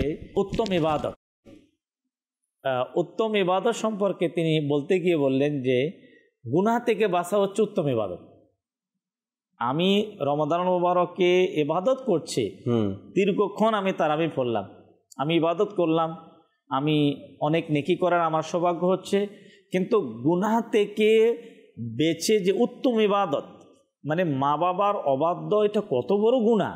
জাকির ভাই, যদি কোনো ব্যক্তি পর্যালোচনা করে যে মা বাবার অবাধ্যতা যে গুনাহ, আপনার হাজারো তারাবি নামাজকে আপনি একদিকে রাখেন, আর মা বাবার সন্তুষ্টি, মা বাবাকে রাজি করে নেওয়ার নেকিকে আপনি একদিকে রাখেন। এখন রমাদানুল মুবারকে মা বাবার অবাধ্যতা চলবে, আচ্ছা হিংসাও চলবে, তারপরে আপনার আত্মীয়তার সম্পর্ক বিচ্ছিন্ন হওয়া এটাও চলবে। তাই রমাদানুল এই মুবারকের বরকতময় মাসে এটা আত্মীয় সম্পর্কটা বিচ্ছিন্ন হওয়াটা রমজান মাসে ঈদকে কেন্দ্র করে আরো অন্য দিনের তুলনায় আরো বেড়ে যায়। ঈদকে কেন্দ্র করে কাউকে কিছু দেওয়া লাগবে বা দিতে হবে, আশা নিয়ে বসে থাকে। হ্যাঁ, আশা নিয়ে বসে থাকে, আবার ভাবতে থাকে এখন যদি যোগাযোগ করি তাইলে হয়তো দিতে হবে, যোগাযোগও বন্ধ করে দেয় ঈদ আসার আগে, বা হয়তো জাকাতের টাকা চাইবে, না হয়তো ফিতরার টাকা চাইবে। মানে ঈদকে কেন্দ্র করে আত্মীয় সম্পর্ক, কদরকে পাওয়ার জন্য আত্মীয় সম্পর্ক বজায় রাখতে হবে, সেখানে ঈদকে কেন্দ্র করে আত্মীয় সম্পর্ক থেকে আরো দূরে সরে যায় মানুষ। ঈদের কিছুদিন পূর্বে যদি কোনো বিয়ে শাদী হয়ে থাকে, তাহলে মেয়ের বাড়ির পক্ষ থেকে ঈদে কি আসবে, এই অপেক্ষায় থাকে, এই অপেক্ষা। এবং যদি সেটা একবারে লেটেস্ট ঈদ হয়, মাত্র কিছুদিন হলো বিয়ে, মানে নতুন ফ্যামিলির মাত্রই এই ঈদ, আর তখন তো এখানে পুরো লিস্টে হবে একবারে। আসলে এটা তো ঈদের কথা বলছেন, আল্লাহ তাআলার পানা রমজানে ইফতারি কি পাঠালো, বাজার কি পাঠালো, আফসোস লাগে এগুলো নিয়ে আসলে। যখন এইটার বিয়ে হয়নি, যখন এই বিয়েটা হয়নি, এর আগে কি এই সংসারটা চলে নাই? এরা কি ঈদ করে নাই, ইফতারি করে নাই, রোজা করে নাই? এখন আরেকটা ফ্যামিলিকে প্রেশার দিয়ে এরপরে ইফতারি আনাতে হবে, বাজার আনাতে হবে, ঈদের মার্কেট আনাতে হবে, এরপরে ঘরের যারা আছে তারা তো আছেই, আত্মীয় স্বজন যারা আছে তাদেরও নামের লিস্ট চলে যায়। এখন এই সকল কাজের মাধ্যমে কোনো মুসলমানের মনে কষ্ট দিয়ে আমি কতটুকু রমজানের ফলাফল পাবো আল্লাহ তাআলা ভালো জানেন। ফলাফল পাওয়ার তো আশা কোথায়, সবসময় তো মাথায় ওইটাই থাকে। জাকির ভাই, আল্লাহ তাআলার পানা এই কথা যেহেতু উঠছে, আজকে মুসলমানদের এরকম অবস্থা, আল্লাহ তাআলা তোমাকে যতটুকু কিনার অথবা খাওয়ার তৌফিক দিয়েছে, তুমি এতটুকু খাও, তুমি অন্যের দিকে কেন তাকিয়ে থাকো? এরকমও হয় মাআযাল্লাহ যে মেয়ের বাড়িতে ইফতার দেওয়ার জন্য বাবা মা টাকাকে সুদের উপরে টাকা আনে, মানুষের কাছে কর্জের জন্য হাত পাতে, মানুষের কাছে ভিক্ষার জন্য হাত পাতে। একবার জাকির ভাই আমি এই শরফুদ্দিন চিশতি রহমতুল্লাহ তাআলার মাজারে গেলাম, তো এক রিক্সাওয়ালা আমাকে রিক্সা থেকে নামাই, ওই সময় আমি লেখাপড়া করি ফয়জানে মদিনাতে, তো আমি ভাড়া দিলাম, ভাড়া দেওয়ার পরে সে কাঁদতেছে, আমার কাছে কিছু টাকা চাইতেছে। বললাম আমি ছাত্র মানুষ, আমার কাছে তো বেশি টাকা নাই। বলতেছে বাবা তুমি যা পারো আমাকে দাও, আমার মেয়ের বিয়ে। আমি যখন এই কথাটা শুনলাম আমার কাছে খুব কষ্ট লাগলো। একটা বাবা মা এত কষ্ট করে তার মেয়েটাকে লালন পালন করে, লেখাপড়া করায়, মানুষের মতো মানুষ করে অন্যের বাড়িতে দিবে, এর জন্য তাকে ভিক্ষা করতে হইতেছে।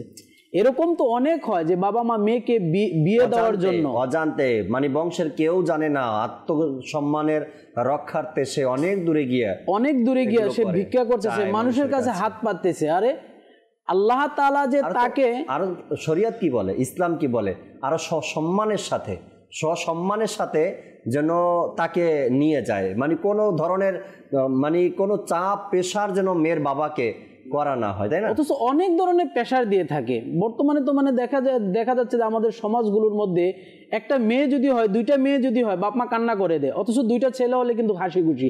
দুইটা ছেলে জায়গায় পাঁচটা ছেলে হলে টেনশন নাই, কেন আসবে, মেয়ে হলে টেনশনে পড়ে যায় সবাই না। আবার যাদের মধ্যে লোভ লালসা আছে তাদেরকে দেখা যায়। তো বলছিলাম রমজান মাসেও আত্মীয় থেকে, যেখানে আত্মীয় সম্পর্ক বজায় রাখতে হবে যদি লাইলাতুল কদরের মতো নিয়ামত পেতে চাই, সেখানে আমরা আত্মীয় সম্পর্ক ছিন্ন করার এক ধান্দায় থাকি, যেন তারা বারবার না আসে, না চায়, জাকাতের টাকা, ফিতরার টাকা, এরপরে ঈদের সালামি, ঈদের পোশাক, ঈদের মার্কেট যেন না চায়। এ কারণে আমরা কি করি, ঈদ আসার আগেই একটা পর্দা দিয়ে দেই বা আমরা সম্পর্কটাকে ছিন্ন করে দিই। যদি এই চিন্তাভাবনা রমজানে থাকে, তবে কদর, যেটা আমরা শুনলাম মোবাইল থেকে, আমার কদর কোথায় যাবে, কদরের সেই নিয়ামত আমার হাতছাড়া হয়ে যাওয়ার চান্স রয়েছে, সুযোগ রয়েছে। দর্শকের কিছু অনুরোধের কালাম ছিল, কালামগুলো শুনে জি জুনাইদ ভাই। মদিনা মদিনা আমাদের মদিনা, মদিনা মদিনা আমাদের মদিনা, মোদের জানো প্রাণ হতে প্রিয় মদিনা, মোদের জানো প্রাণ হতে প্রিয় মদিনা। সকল সেখানে রাসূল মিলে বলছে, সকল সেখানে রাসূল মিলে বলছে, মোদের কাছে জান্নাত হতে প্রিয় মদিনা, মোদের কাছে জান্নাত হতে প্রিয় মদিনা, মদিনা মদিনা আমাদের মদিনা, মোদের জানো প্রাণ হতে প্রিয় মদিনা।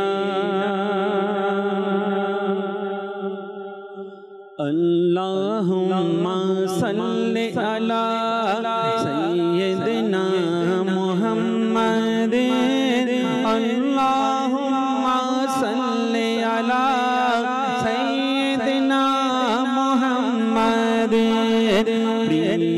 মদিনা দূরে যাব কেমন করে মদিনা বহু দূরে মদিনা বহু দূরে আল্লাহুম্মা সাল্লি আলা সাইয়্যিদিনা মুহাম্মাদিন আল্লাহুম্মা সাল্লি আলা সাইয়্যিদিনা মুহাম্মাদিন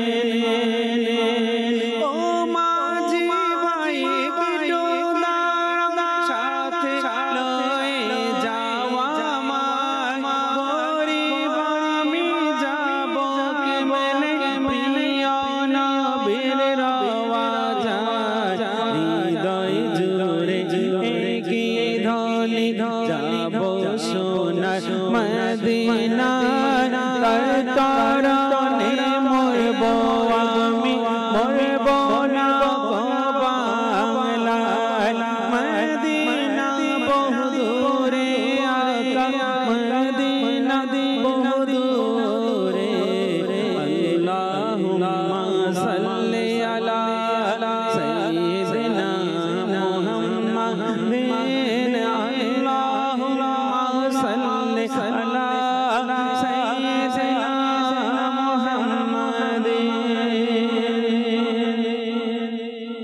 দয়া করো নবী আমায় দয়া ছাড়া কোনো উপায় নাই দয়া করো নবী আমায় দয়া ছাড়া কোনো উপায় নাই আমার মৃত্যু কঠিন সময়ে যেন তোমার একটু দিদার পায় দয়া করো নবী আমায় দয়া ছাড়া কোনো উপায় নাই যখন হবে তোমার দিদার তখনই হবে আমার যখন যাবে তোমার দিদার তখনই হবে আমার স্বপ্নে আসনা মদনী মদিনে বালে দয়া করো নবী আমায় দয়া ছাড়া কোনো উপায় নাই আমার মৃত্যুর কঠিন সময়ে যেন তোমার একটু দিদার পায়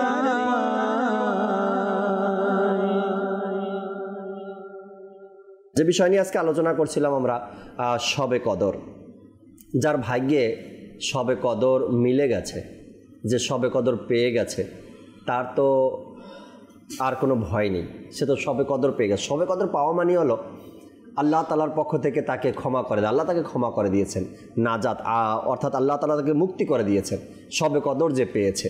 আর শবে কদর পাওয়ার জন্য কোনো শর্ত কি দেওয়া আছে? সে নেককার হতে হবে বা তার এত আমল থাকতে হবে, কিন্তু শবে কদরের রাত্রে তাকে তো শবে কদর খুঁজতে হবে সেই ভয় নিয়ে। রমজানের পূর্বে যেই সাপ্তাহিক সুন্নতে পড়া ইস্তেমার বয়ান এসেছিল ইমরান ভাই, এর মধ্যে বলা হয়েছে কি একজন ব্যক্তি ছিল এমন, সে 12 মাস 11 মাস কোনো আমল করতো না। মাহে রমজান যখন আসতো সে নতুন পোশাক এবং সব সময় মসজিদে পড়ে থাকা, কোরআনে পাকের তেলাওয়াত, কাজা নামাজ, আগের যে নামাজগুলো কাজা হয়েছে এগুলো সে আদায় করত।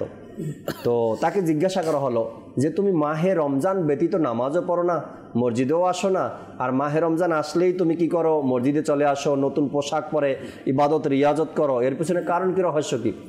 সে এমন উত্তর দিল, সে বলল অন্য মাসে তো আমল ইবাদত করতে পারি না, করি না, আমি ধোকায় পড়ে যাই, কিন্তু মাহে রমজানে যদি আমি ইবাদত না করি তবে মাহে রমজানকে অসম্মান করা হবে। মাহে রমজানকে অসম্মান করা হবে। তাই আমি মাহে রমজানে সম্পূর্ণ টাইম ইবাদত করার চেষ্টা করি, নতুন পোশাক, পরিষ্কার পোশাক, মসজিদে থাকা, এবং পূর্বের যে নামাজগুলো আমার কাজা হয়েছিল সকল নামাজগুলো আমি মাহে রমজানে আদায় করার চেষ্টা করি। তো এই যে এক চিন্তা ভাবনা, শবে কদর পাওয়া আর সেই শবে কদরের মধ্যে আমল করতে পারা, যখনই কোনো ব্যক্তি শবে কদরের মধ্যে আমল শুরু করবে সে বুঝে যাবে অটোমেটিকলি যে হয়তোবা আজকের রাতটা শবে কদর হবে। কারণ এমন নামাজ তো আমি আরও অনেক পড়েছি, কিন্তু আজকের নামাজের মতো তার নামাজ এমনটা আমার কখনো ফিল হয়নি, এমন অনুভব আমার হয়নি। কারণ শবে কদর যে পেয়ে গেছে তার তৃপ্তিই ভিন্ন, তাই না জাকির ভাই? শবে কদরের কিছু আলামত কিন্তু আছে, জি অবশ্যই আছে। তবে আপনি যে কথাটা বললেন ওই কথাটা আবার আমি মাদানী চ্যানেল দর্শকবৃন্দর কিছু কথা বলি যে আমরা যেন আবার এরকম না করি যে গাফিলের সাথে আমি সারাটা বছর অতিবাহিত করলাম আর রমজান মাস আসলো আমি রমজানের রোজা ইবাদতের মধ্যে লেগে গেলাম। আসলে ক্ষমা পাওয়াটা এবং মুক্তি পাওয়াটা মূলত আল্লাহ তাআলার খুশির উপর, দয়ার উপরে, আল্লাহ তাআলার দয়ার উপর। এখন আমার কোন কাজের প্রতি আল্লাহ তাআলা খুশি এটা আমি জানি না, আমার কোন কাজের প্রতি আল্লাহ তাআলা নারাজ ওইটাও আমি জানি না। এর জন্য কিতাবের মধ্যে আছে যে ছোট থেকে ছোট নেকি করো আর ছোট থেকে ছোট গুনাহ থেকে বেঁচে থাকো, ছেড়ে দাও। তো কেউ যদি ইচ্ছাকৃতভাবে যদি সারা বছর যদি নামাজ না পড়ে যে আমি রমজান আসলেই আল্লাহ তাআলা মাফ করুক, আপনি রমজান নাও পেতে পারেন, আপনি কদর নাও পেতে পারেন, আপনার ভাগ্যে রমজান নাও জুড়তে পারে। সবচেয়ে বড় কথা আল্লাহ তাআলা আপনার রমজানের ইবাদত কবুল নাও করতে পারে, আপনার উপর খুশি নাও হতে পারে। কারণ কি দেখেন জাকির ভাই, একটু আগেই তো আমরা শুনলাম না, এই অভ্যাসগুলো যদি থাকে কারোর মধ্যে তার কদরই, সে কদর তার নসিব হবে না, নসিব হবে না। এখন কোন ব্যক্তি যদি যে আমি সারা বছর পড়ি নাই, হ্যাঁ আপনি সারা বছর ইবাদত রিয়াজত করেন নাই, আল্লাহ তাআলা আপনাকে রমজান দিয়েছে, আপনি এটাকে গনিমত করে তওবা করে নেন যেন ভবিষ্যতে আর না হয়, ভবিষ্যতে যাতে আমাদের এরকম না হয়, আমি কন্টিনিউ ইবাদত করতে পারি, তওবা করতে পারি। যেমন এই শবে কদর মনে করেন একটা নফল নামাজ, তারপরে কদরের রাতের মধ্যে আরো যে বিভিন্ন ওজিফাগুলো আছে এগুলো হচ্ছে নফল নামাজ। আর সারা বছর আমার উপর নামাজ যেটা ফরজ এটা তো ফরজ। আল্লাহ তাআলা হচ্ছে আমাদের মালিক, আমরা হচ্ছে আল্লাহ তাআলার গোলাম। এখন আমি যদি গোলাম, মালিক আমাকে যে আদেশ দিয়েছে ওই আদেশ যদি আমি অমান্য না করে নিজের থেকে যদি মালিকের কিছু কাজ করি তাহলে মালিক খুশি হবে না। মালিক খুশি হবে আমি মালিকের আদেশ মানবো, তারপরে নিজে থেকে অতিরিক্ত আমি মালিকের কিছু কাজ করে দিব। তো আল্লাহ তাআলা আমাদের উপর নামাজ ফরজ করেছে, রোজা আমাদের উপর ফরজ করেছে, আমাদের এগুলো কন্টিনিউ করতে হবে। এরপরে মাহে রমজান আসবে, ফরজ রোজা আসবে, তারপরে যখন সব আমল করার পরে কদর খুঁজতে যাব তখন মালিক খুশি হবে, মালিক আমাদের উপর রাজি হয়ে যাবে। তো আমাদের উচিত আগে আমাদের উপর যেগুলো ফরজ, যেগুলো কর্তব্য এগুলো আদায় করা, মা বাবার সাথে ভালো ব্যবহার করা, আত্মীয়তার সম্পর্ক বজায় রাখা, আল্লাহ তাআলা যেগুলো নিষেধ করেছে মদ পান ইত্যাদি থেকে বিরত থাকা, নাজায়েজ হারাম কাজ থেকে বিরত থাকা, তারপরে কদর তালাশ করা। আর কদরের কিছু আলামত নিদর্শন রয়েছে জাকির ভাই। যেদিন কদর হবে ওই দিন আল্লাহ তাআলা পুরো দুনিয়ার পানিকে মিষ্টি করে দেয়, ওই দিনের পানিটা মিষ্টি হয়ে যায়। ওই দিনের আবহাওয়াটা ওই দিন না থাকে কোনো গরম, না থাকে শীত, মানে এমন একটা আবহাওয়া থাকে যে আল্লাহ তাআলা দরমিয়ান মধ্যম আবহাওয়াটা থাকে, ওরকম গরমও থাকবে না, ওরকম রহমতে রহমত। এরকম দুইটা ঘটনা আছে যে হযরতে সাইয়্যিদুনা উবাইদ ইবনে ইমরান রাদিয়াল্লাহু তাআলা বলেন, আমি এক রাতে লোহিত সাগরের তীরে ছিলাম আর এই লোনা পানি দিয়ে আমি ওযু করছিলাম। যখন আমি এই পানির স্বাদ গ্রহণ করলাম তখন আমার কাছে খুব মিষ্টি, মধুর চেয়ে মিষ্টি অনুভব হলো। আমি খুব আশ্চর্য হয়ে গেলাম এবং আমি হযরতে সাইয়্যিদুনা উসমান গনি রাদিয়াল্লাহু তাআলা আনহুর নিকট এসে এই ঘটনাটা বর্ণনা করলাম। তখন উসমান গনি রাদিয়াল্লাহু তাআলা আনহু বলতে লাগলেন যে এই রাতটা ছিল কি কদরের রাত। আল্লাহু আকবার। দেখেন আল্লাহ তাআলার কত দয়া, কত রহমত, যে আল্লাহ তাআলা এই কদরের রাতকে পাওয়ার জন্য আল্লাহ তাআলার বান্দারা যেন পায়, কদরের রাত যেন বুঝতে পারে, এর জন্য কিছু নিদর্শন আল্লাহ তাআলা দিয়েছেন। এই কদরের রাতটাকে গোপন করার আল্লাহ তাআলার হিকমত আছে, যাতে আমরা আল্লাহ তাআলা যদি এটা প্রকাশ করে দেন যে 27 তারিখে কদরের রাত অথবা 21 তারিখে, তখন মানুষ বেজর রাতগুলোতে আর ইবাদত করবে না। আল্লাহ তাআলা এটাকে উলামায়ে কেরাম বলতেছেন যে আল্লাহ তাআলা এটাকে গোপন রাখার একটা হিকমত হচ্ছে আল্লাহর বান্দারা যেন এই কদরকে পাওয়ার জন্য যেন তালাশ করে, অন্যান্য রাতগুলোতে যেন ইবাদত করে। দেখেন আল্লাহ তাআলা কত দয়ালু, গোপনও রেখেছেন, কিছু নিদর্শনও দিয়ে দিয়েছেন যাতে বান্দারা সহজে খুঁজতে পারে, সহজে বুঝে যায়। প্রেম ভালোবাসা যত বেশি সে নিদর্শনগুলো ততই খুঁজবে এবং পাবে, তাই না? আরেকটা ঘটনা আছে, হযরতে সাইয়েদনা উসমান ইবনে আবিল আস রাদিয়াল্লাহু তাআলা আনহুর গোলাম, তার গোলাম বলতেছে যে হে মালিক, আমার পুরোটা জীবন আমি এই সাগরের নৌকা চালিয়ে চালিয়ে অতিবাহিত করে দিলাম, কিন্তু বছরে একটা রাত আসে যে রাতটাতে আমি খুব অবাক হই, ওই রাতে সাগরের পানি মিষ্টি হয়ে যায়। তখন উনি বলতে লাগলেন যে ঠিক আছে, আগামী বছর অথবা এই বছর যখনই এমন হবে সাগরের পানিটা মিষ্টি হয়ে যাবে, লোনা পানি, লবণাক্ত পানি মিষ্টি হয়ে যাবে মধুর মতো, তুমি আমাকে তখন কি করো, অবগত করিও। আর এরপরে যখন রমজান আসলো, তখন হঠাৎ একদিন এই সাগরের পানি মিষ্টি হয়ে গেল, আর ওই রাতটা ছিল 27শে রমজান। তো দেখেন ওই রাতটা 27শে রাত ছিল, আর উলামায়ে কেরাম বলেন 27শে রমজান ছিল। আর উলামায়ে কেরাম বলেন যে আল্লাহ তাআলা যে গোপন রেখেছে, আর এটা উলামায়ে কেরাম গবেষণা করে এটাও পেয়েছেন যে অধিকাংশ সবে কদরটা 27শে মানে 26 দিবাগত রমজান 27শে, এইভাবেই তারা খুঁজেছেন যে সাহাবা একরাম আলাইহিমুর রিদওয়ান, আউলিয়া কামিলিন যারা, তারা যে নিজের জীবনী থেকে বয়ান করেছেন যে এই বছর সবে কদর আপনার 27শে হয়েছে, খোঁজার পরে পেয়েছে, ওইটা বর্ণনা করার পরে ওলামায়ে কেরাম লিখেছেন যে বেশিরভাগ সময় সবে কদর 27শে হয়ে থাকে। বুজুর্গানের দিনের উক্তি আপনার 2500 শবে কদর হয়েছে। এখন যারা পেয়েছেন অথবা শবে কদর আপনার ওই বছর 25 তারিখে হলো, এটা কিভাবে সম্ভব হলো? এইটাকে তালাশ করার মাধ্যমে যখন আল্লাহর বান্দা যখন আল্লাহর ইবাদতে এত বেশি মগ্ন হয়ে যায়, তার ইবাদতের কন্ডিশনের মধ্যেই কিন্তু সে ওই জিনিসটা বুঝতে পারে। তাই আমি বলবো যে বেজর রাতগুলাতে কিছু কাজ আমরা করি। নাম্বার 1, আমরা সমস্ত প্রকারের গুনাহের কাজ থেকে নিজেকে বিরত রাখার চেষ্টা করি, যাতে এই বেজর রাতগুলোতে আমাদের দ্বারা কোনো প্রকার গুনাহ না হয়, সেদিকে প্রথম খেয়াল রাখবো। এটা হলো ফার্স্ট। সেকেন্ড হচ্ছে আমরা এই বেজর রাতগুলোতে এশারের নামাজ এবং ফজরের নামাজ জামাতের সাথে আমরা আদায় করি। তারাবির নামাজ আমরা অবশ্যই আদায় করি, এবং যদি সম্ভব হয় 2 রাকাত 4 রাকাত কদরের নিয়তে আমরা নফল নামাজ আদায় করি। সাথে তাহাজ্জুদের নামাজ, সেহরি খাওয়ার জন্য যখন উঠবো তাহাজ্জুদের নামাজ আমরা আদায় করব। কেন? অন্যান্য রাতগুলোতে হয়তো আমাদের দ্বারা এই কাজগুলা পুরোপুরি সম্ভব হয় না। আমি লাইলাতুল কদরকে পাওয়ার আশায়, যখন আল্লাহ তাবারক ওয়া তাআলা দেখবে যে আমার বান্দা লাইলাতুল কদর আশায় সে নিজেকে গুনাহ থেকে বিরত রাখছে, পাশাপাশি সেই ইশারা নামাজ ও জামাতে পড়লো, কেন হাদিসে পাকের মধ্যে আসছে যে ইশা এবং ফজর জামাতের সাথে আদায় করবে, আল্লাহ তাআলা তাকে সারা রাত ইবাদতে সওয়াব দান করবে। ইশারা নামাজ, ফজরের নামাজ, এরপরে সালাতুল আপনার তারাবি, এরপরে সালাতুত তওবা এবং সালাতুত তাহাজ্জুদ, এই ইবাদতগুলোকে আমরা বিশেষ করে এই রাতে ইনশাআল্লাহ শামিল রাখবো। এবং বিশেষ করে খাস করে এই আপনার বেজর রাতগুলোতে শেষ রাতে যখন সাহারি খাওয়ার জন্য উঠবো, তো অবশ্যই কিছু সময় আল্লাহ তাআলার কাছে দোয়া করি, কেননা হতে পারে এই রাত কদরের রাত, তাই না? এজন্য যখন দোয়া করবো। আচ্ছা, আবার আমাদের আলোচনা যে বিষয়গুলো ছিল, আহমেদ হোসেন ভাইও বললেন যে সারা বছর গুনাহের মধ্যে লিপ্ত ছিলাম, ইবাদত করি নাই, তাইলে কি এখন আমি কদর খুঁজবো না? বিষয়টা এমনও না। আপনার থেকে যে ভুল হয়ে গেছে এর জন্য তো আপনাকে অনুশোচনা করতে হবে, তওবা করতে হবে। যে ভুল আমার দ্বারা হয়ে গেছে, আমি রমজানের আগে নামাজে অলসতা ছিল, ধোকায় ছিলাম, নামাজ পড়তে পড়িনি, তার মানে এটা না কি আপনি কদর খুঁজবেন না, আপনাকেও খুঁজতে হবে, কিন্তু তওবার মতো তওবা করে। আল্লাহ তওবার কথা আমরা শুনি না? ফারুক আজম রাদিয়াল্লাহু তাআলা আনহুর জমানায় একজন যে মদ্যপায়ী ব্যক্তি তওবা করেছে, কেমন তওবা করলেন? বনি ইসরাইলের জমানায় বৃষ্টির জন্য দোয়া করতে গেলেন এক জায়গাতে, সেখানে বনি ইসরাইলের জমানার একজন ব্যক্তি গুনাহগার ছিল, তার তওবা কেমন ছিল? আমাদেরকে তওবা এমন করতে হবে যেমন তওবার কথা কোরআন ও হাদিসে এসেছে। হ্যাঁ, এতদিন যে ভুল আমার থেকে হয়েছে, আমার দ্বারা যে ভুলগুলো হলো, এর জন্য আপনাকে তওবা করতে হবে, পাশাপাশি কদরও খুঁজতে হবে।